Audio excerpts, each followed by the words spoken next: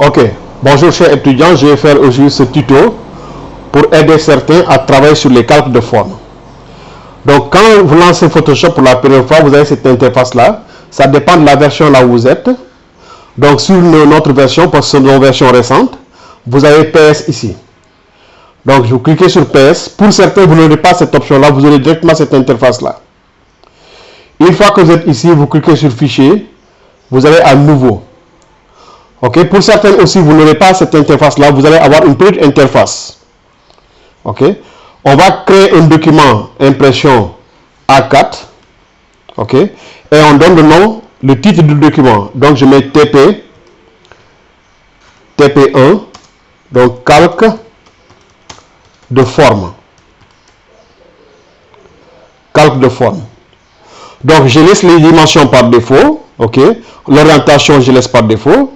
Donc la résolution 300 pixels par pouce je laisse par défaut. Le mode de colorimétrie, bon je peux laisser RVB ou bien je peux prendre CMGN. Ok, c'est bon. Donc c'est pas encore une exigence pour nous. Et je clique sur créer. Automatiquement quand je crée le document, je remarque que j'ai le panneau calque qui s'affiche. Si je n'ai pas ce panneau, je clique sur fenêtre et je coche le panneau si je ne l'ai pas. Des fois, vous pouvez avoir d'autres panneaux qui sont affichés. Donc, il suffit juste de les décocher. Exemple, vous avez dégradé ici, je décoche. Donc, je fais de telle sorte que je décoche tous les panneaux, je laisse uniquement le panneau calque. Pour juste avoir ce panneau calque-là et gagner de l'espace. Et quand vous créez un document pour la première fois, vous allez voir que le document porte le nom de arrière-plan. Et devant le document, vous avez vu qu'il y a un petit cadenas pour indiquer que le document est verrouillé. Donc, je clique sur le petit cadenas pour déverrouiller le document. Donc, vous avez vu, le document est déverrouillé. Et voilà, vous avez maintenant le calque. Il est renommé en calque 0. Donc, le premier calque. Ok. Maintenant, on va créer maintenant les calques de forme. Les calques de forme se situent au niveau de l'outil rectangle. Quand vous tenez la touche enfoncée, vous allez voir tous les calques de forme. Rectangle, outil rectangle arrondi, outil ellipse, outil polygone, outil trait, outil de forme personnalisé. Donc, des fois, l'affichage ici peut être affichage en long. C'est-à-dire que, vous avez vu, le petit bout de flèche ici permet de faire quoi? De changer le mode d'affichage. Donc, quand je clique, j'ai l'affichage en groupe. Quand je clique, j'ai l'affichage long. Mais moi, je suis plus à l'aise dans l'affichage groupé pour voir tous les outils. Donc, vous avez ici le panneau menu. Le panneau menu. Donc, tout ça, c'est le panneau menu. Est-ce que vous voyez? Après, vous avez le panneau la barre des options. Donc la barre menu en haut, la barre menu est composée de fichiers, édition, image, calque, texte, sélection, filtre, 3D, affichage, fenêtre, aide. Ça c'est la barre menu. Juste en bas de la barre menu, vous avez la barre des options. Donc les options, ce sont les options des outils.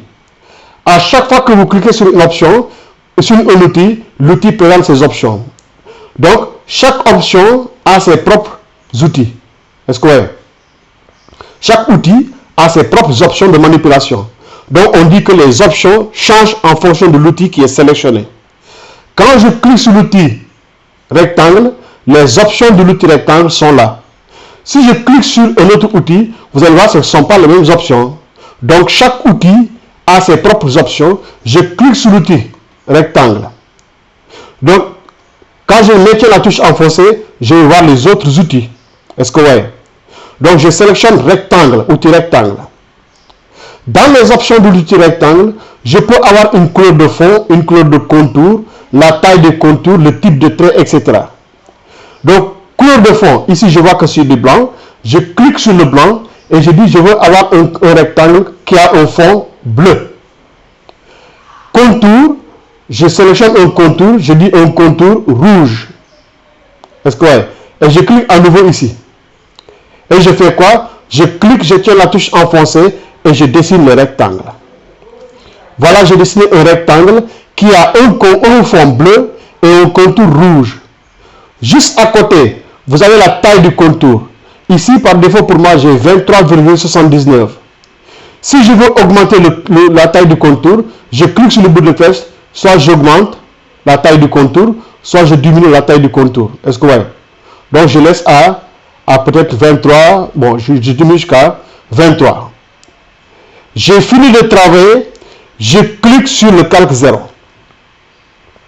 Je clique sur le calque 0. Est-ce que ouais? Ou bien, je clique sur l'outil point mort. Donc, on a baptisé cet outil-là, outil point mort. C'est une erreur que l'outil déplacé. Donc, je vais créer un autre calque.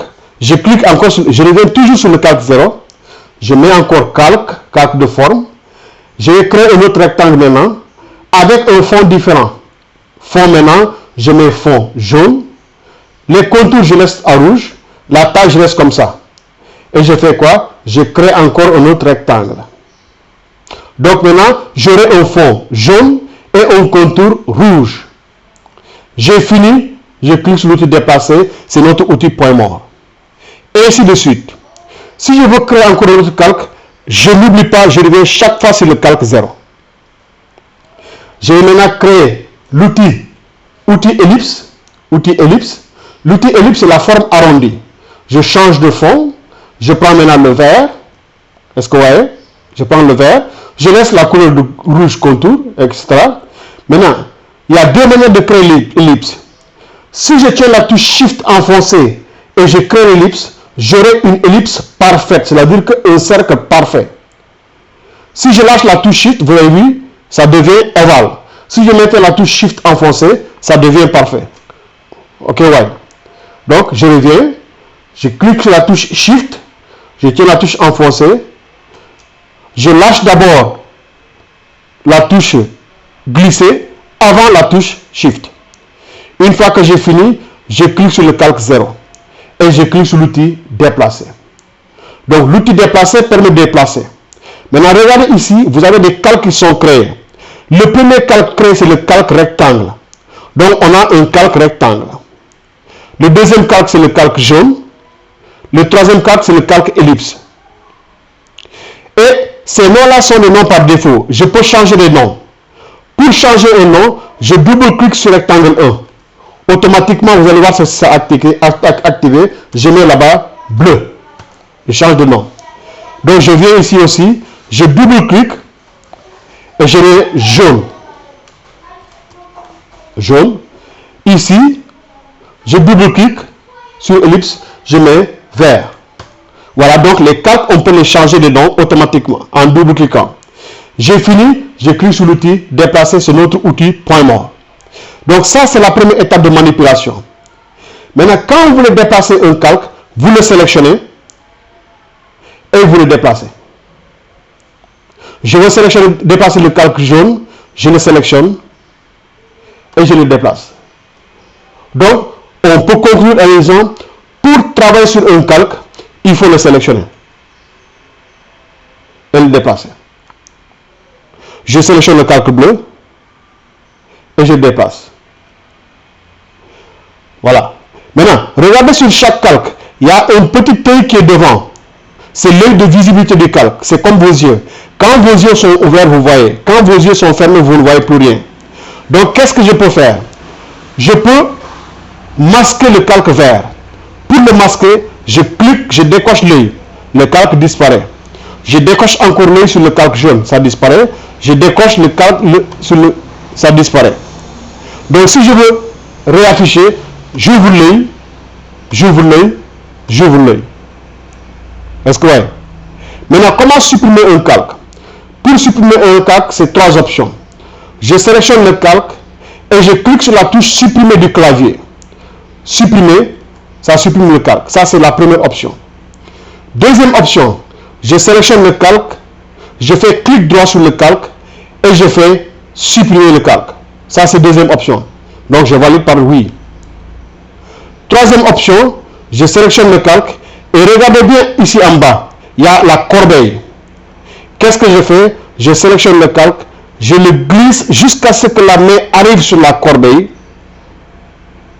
et je lâche. Le calque disparaît. Donc ça, c'est le premier TP. Merci de l'avoir suivi et je pense que vous pouvez reprendre ça plus aisément.